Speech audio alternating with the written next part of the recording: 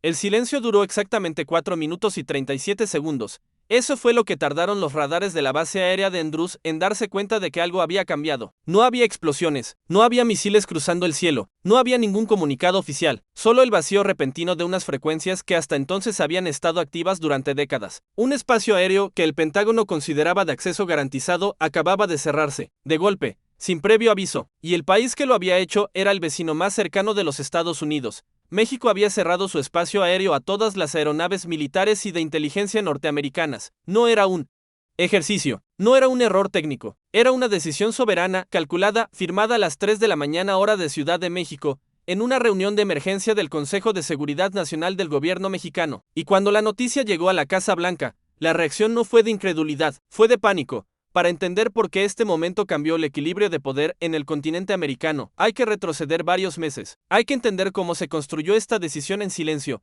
piedra a piedra, mientras el mundo miraba hacia otros conflictos. Hay que entender que esto no ocurrió de la noche a la mañana. El año 2025 marcó un punto de inflexión en la relación entre México y Estados Unidos. Bajo la segunda administración Trump, Washington había adoptado una política de presión sin precedentes hacia su vecino del sur. Las amenazas de aranceles al 100% sobre exportaciones mexicanas, la designación unilateral de varios cárteles como organizaciones terroristas internacionales, y la filtración de documentos que revelaban operaciones encubiertas de la DIA en suelo mexicano sin coordinación con las autoridades locales crearon un clima de tensión que muchos analistas describieron como el peor en 50 años, pero hubo algo, más algo que los medios de comunicación no cubrieron con la profundidad que merecía. En marzo de 2025, satélites de observación del Programa Espacial Mexicano detectaron vuelos no declarados de aeronaves de reconocimiento sobre el norte del país. No eran aviones comerciales, las trayectorias, las altitudes y los patrones de vuelo eran inconfundibles. Eran drones de reconocimiento clase RQ-4 Global Hawk, los mismos que Estados Unidos despliega sobre territorios en conflicto en Medio Oriente y Asia Central, y estaban sobrevolando Sonora, Chihuahua y Tamaulipas sin ningún permiso diplomático cuando el gobierno mexicano protestó formalmente.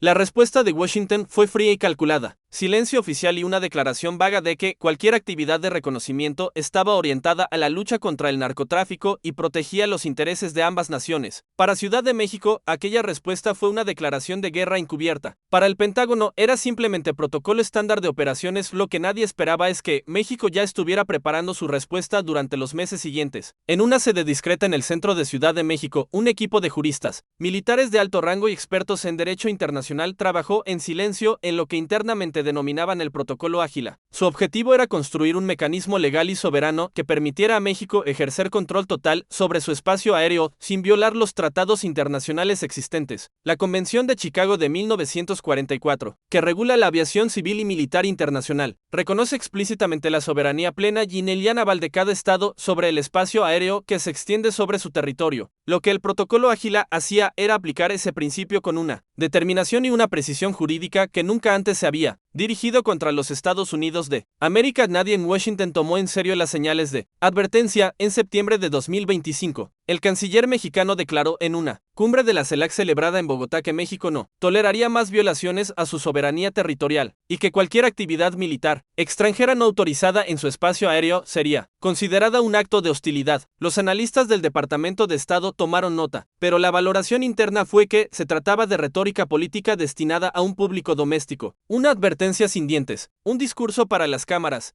Se equivocaron. El 14 de enero de 2026, a las 3:17 de la madrugada, hora de Ciudad de México, el presidente mexicano firmó el Decreto Soberano 01 de 2026. En términos simples, el decreto suspendía de forma indefinida todos los permisos de sobrevuelo para aeronaves militares, de inteligencia y de vigilancia de origen estadounidense sobre territorio nacional mexicano. El decreto invocaba el artículo 42 de la Convención de Chicago sobre soberanía aérea, la Carta de las Naciones Unidas en su capítulo sobre igualdad soberana de los estados, y el artículo 89 de la Constitución Política de los Estados Unidos Mexicanos, que otorga al Ejecutivo poderes extraordinarios en materia de seguridad nacional ante amenazas externas verificadas. 4 horas después de la firma, los sistemas de defensa aérea mexicanos, que incluyen baterías de misiles tierra-aire Shorad adquiridas en años anteriores a través de proveedores europeos, fueron puestos en alerta máxima, no como una provocación directa, como un mensaje inequívoco. La noticia llegó a la Casa Blanca a las 7:43 de la mañana, hora de Washington. El Consejo de Seguridad Nacional se reunió en sesión de emergencia a las 9. Lo que ocurrió en esa sala durante las siguientes 3 horas es, según fuentes diplomáticas con acceso a actas parciales, uno de los debates más caóticos y tensos de los que se tiene registro en la administración actual, no porque nadie supiera qué hacer, sino porque nadie se había preparado para este escenario específico. El problema no era solo diplomático, era profundamente operativo. El espacio aéreo mexicano no es simplemente el cielo sobre un país vecino, es una arteria vital de la arquitectura de seguridad norteamericana en el hemisferio occidental. Por ese corredor aéreo transitan regularmente vuelos de reconocimiento del Mando Norte de los Estados Unidos hacia América Central y el Caribe. Es la ruta de suministro aéreo de emergencia para operaciones de la DIA en Colombia, Honduras y Guatemala. Es el canal por donde circulan aeronaves del Comando Sur hacia bases logísticas en Panamá y más allá. Cerrar ese espacio no era un inconveniente burocrático, era cortar una vena principal del sistema. Nervioso de la proyección militar estadounidense en todo el hemisferio, y había algo más, algo que el Pentágono no había comunicado al público. En ese mismo espacio aéreo operaban, de forma completamente encubierta, varias decenas de drones de vigilancia persistente que monitorizaban en tiempo real los movimientos de los principales cárteles del narcotráfico. Más de 40 aeronaves no tripuladas, algunos de ellos con capacidad de designación de objetivos y precisión cinética, volaban en rotación permanente sobre territorio mexicano, sin conocimiento formal del gobierno local. El cierre del espacio aéreo no solo interrumpía esas operaciones, las dejaba al descubierto. Y si México decidía publicar la documentación que había recopilado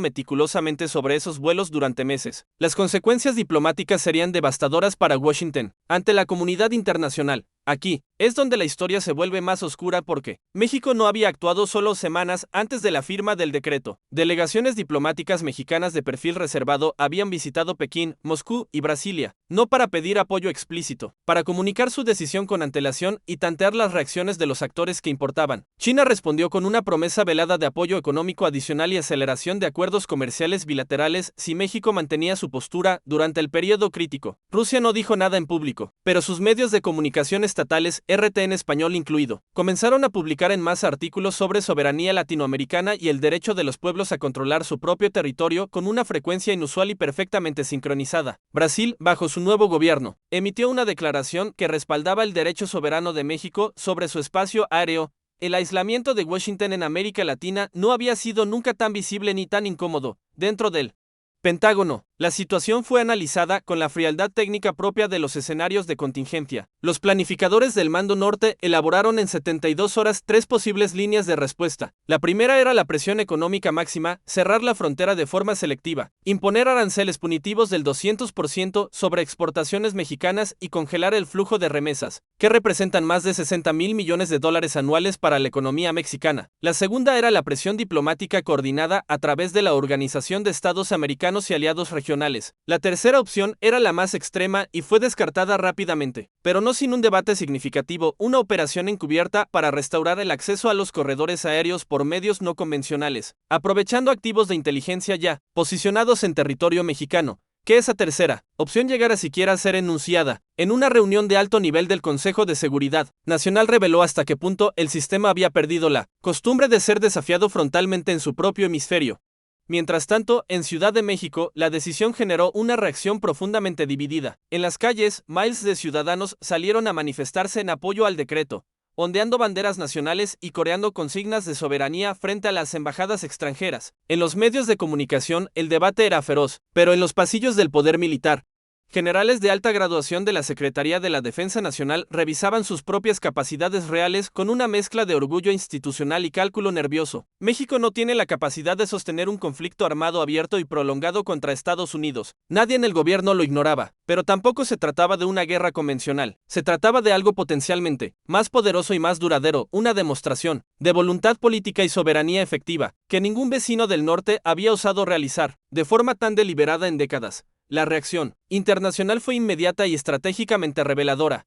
Venezuela aplaudió la decisión en términos encendidos. Cuba emitió un comunicado de solidaridad histórica. Nicaragua calificó el decreto como un acto sin precedentes de dignidad soberana latinoamericana. Pero mucho más significativo fue lo que ocurrió en capitales que Washington consideraba políticamente seguras y alineadas. El gobierno de Colombia, aliado estratégico clave en la región, expresó comprensión por la postura mexicana y pidió públicamente una solución negociada antes que una escalada de tensión. El canciller argentino declaró que todos los países tienen el derecho inalienable a controlar gestionar su propio espacio aéreo según el derecho internacional. En Europa Occidental, los comentarios oficiales fueron más cautelosos y medidos, pero ninguna potencia occidental condenó formalmente la decisión mexicana. Ninguna.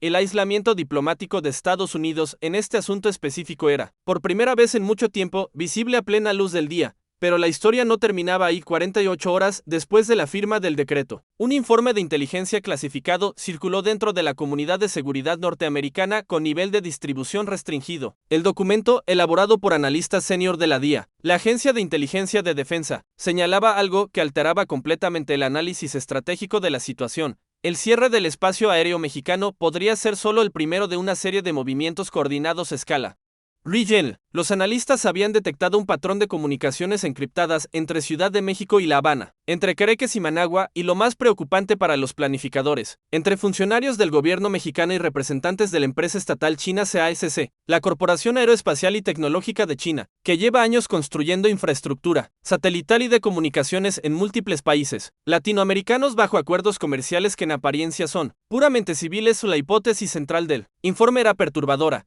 Si México lograba mantener su postura durante 90 días consecutivos sin ceder a la presión económica y diplomática norteamericana, otros países de la región podrían sentirse lo suficientemente respaldados para adoptar medidas similares en cascada. Y si eso ocurría, el sistema de vigilancia aérea que Estados Unidos ha construido y mantenido a lo largo de décadas en el continente americano podría desmoronarse pieza a pieza, país a país, no como resultado de una guerra declarada, no como consecuencia de un conflicto armado que Estados Unidos podría justificar y responder militarmente, sino como resultado de decisiones soberanas adoptadas en cadena, cada una de ellas perfectamente legal, según el derecho internacional, que ningún tratado existente podría impedir ni revertir.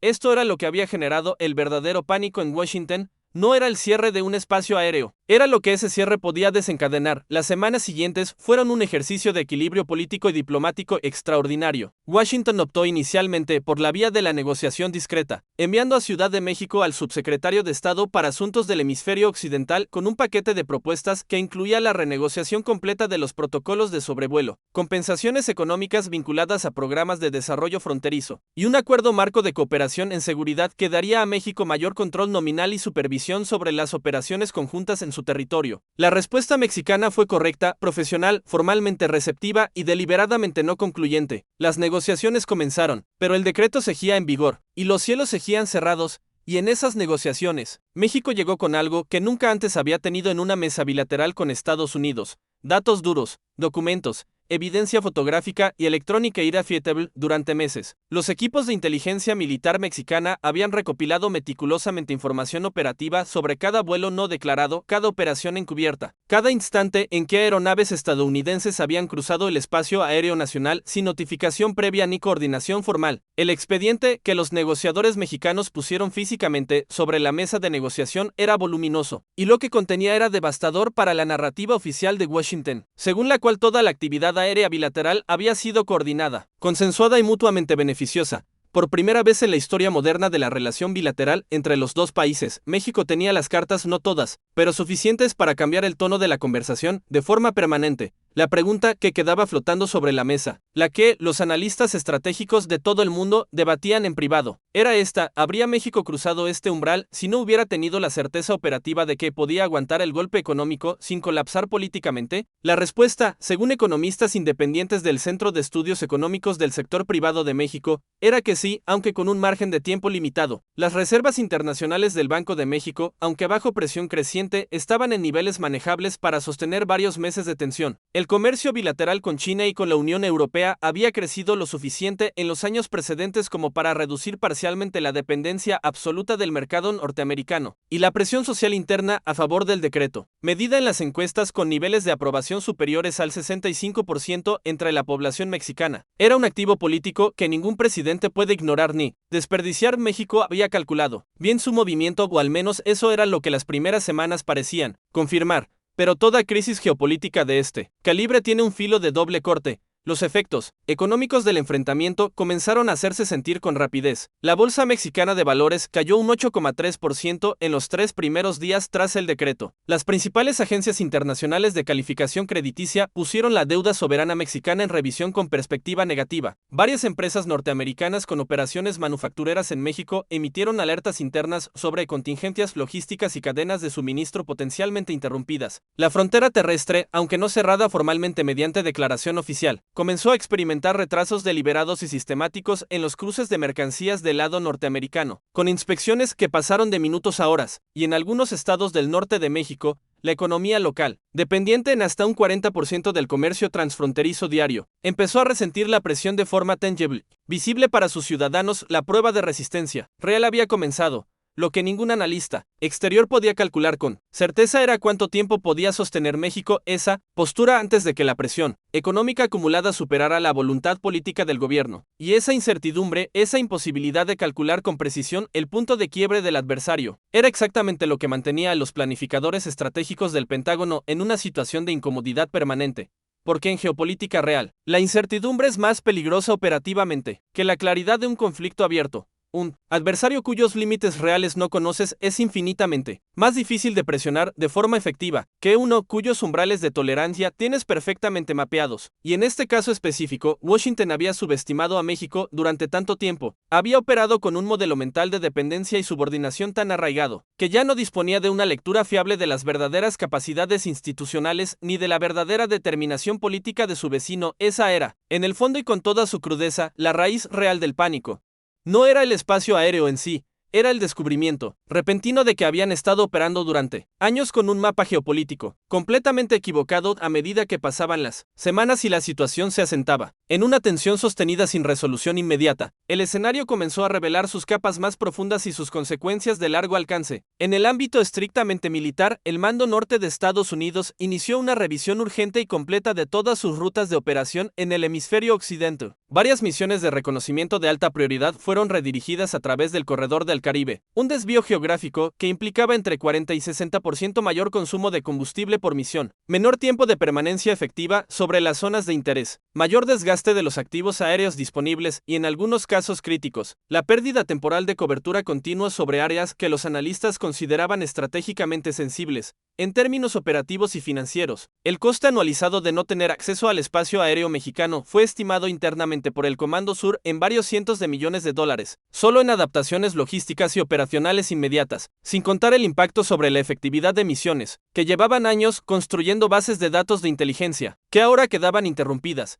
Pero, el coste estratégico de largo plazo era sencillamente incalculable, porque el mensaje que México estaba enviando al mundo con cada día que el decreto permanecía en vigor no iba dirigido únicamente a Washington, iba dirigido a toda América Latina, a todos los países que durante décadas habían aceptado como una condición natural e inevitable el hecho de que sus cielos fueran utilizados por la superpotencia del norte sin negociación real, sin reciprocidad genuina, sin soberanía efectivamente ejercida. El protocolo Ágila era, en ese sentido histórico, mucho más que un decreto presidencial de emergencia. Era una doctrina, una afirmación práctica y demostrable de que la soberanía no es simplemente una palabra inscrita en un texto constitucional, es una práctica. Es una decisión tomada bajo presión, es una acción ejecutada con consecuencias aceptadas, y las acciones de ese calibre, en el lenguaje del poder internacional, generan ondas que se extienden mucho más allá del momento en que se toman y del territorio donde se ejecutan. En los meses que siguieron a la firma del decreto, varios países latinoamericanos comenzaron silenciosamente a revisar sus propios acuerdos históricos de sobrevuelo con Estados Unidos. No todos llegaron tan lejos como México en sus conclusiones o en sus acciones. No todos tenían la masa económica ni la posición geográfica estratégica para asumir el mismo coste. Pero la conversación había cambiado de forma fundamental. Los términos del debate sobre soberanía aérea en el continente habían cambiado. Los supuestos implícitos sobre que era negociable y que no habían cambiado. Y eso, en el lenguaje preciso del poder internacional y la diplomacia real, significaba que el equilibrio subyacente había comenzado a desplazarse. Washington lo sabía,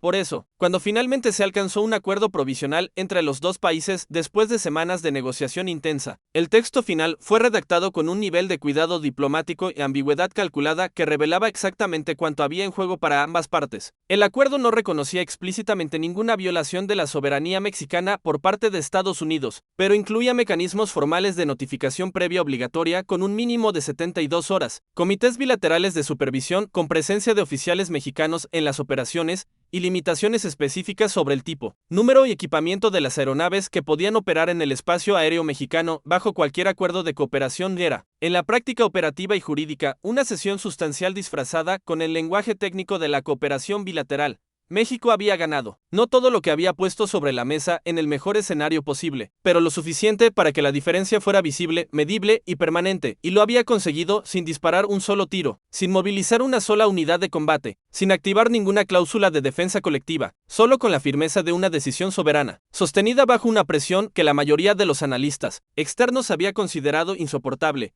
El mundo tomó nota con atención lo que este episodio reveló, va considerablemente más allá de una disputa bilateral sobre protocolos técnicos de aviación militar, reveló las grietas profundas y sistémicas en la arquitectura de seguridad hemisférica que Estados Unidos construyó y mantuvo durante la segunda mitad del siglo XX, una arquitectura que asumía como una constante permanente el acceso irrestricto a los territorios de sus vecinos, la subordinación funcional de sus socios regionales y la pasividad perpetua de los países de su entorno más inmediato. Esa arquitectura está siendo cuestionada, no con ejércitos ni con misiles, con decretos, con datos, con expedientes jurídicos, con voluntad política ejercida en el momento preciso. El siglo XXI está redefiniendo de forma acelerada lo que significa el poder real entre naciones. Ya no es exclusivamente la capacidad de proyectar fuerza militar a miles de kilómetros de distancia de forma inmediata y abrumadora. Es también, y quizás principalmente, la capacidad de decir no, de trazar límites en el lugar exacto donde se cruzan la soberanía y el interés estratégico, de utilizar las herramientas del derecho internacional como instrumentos de poder soberano tan legítimos y efectivos como cualquier sistema de armas. México lo hizo, y el mundo observó cada movimiento. La pregunta que queda suspendida en el aire, la que no admite respuesta definitiva todavía porque la historia sigue escribiéndose en tiempo real, es si este fue un punto de inflexión real y irreversible en el equilibrio hemisférico, o si fue un episodio que el sistema, con su enorme capacidad de absorción y adaptación, terminará integrando y neutralizando con el tiempo. Si la presión económica acumulada terminará erosionando lentamente lo que la voluntad política construyó en una sola madrugada. Si dentro de 5 años las cosas habrán vuelto a ser esencialmente como antes, con algunos matices cosméticos y ningún cambio estructural de fondo.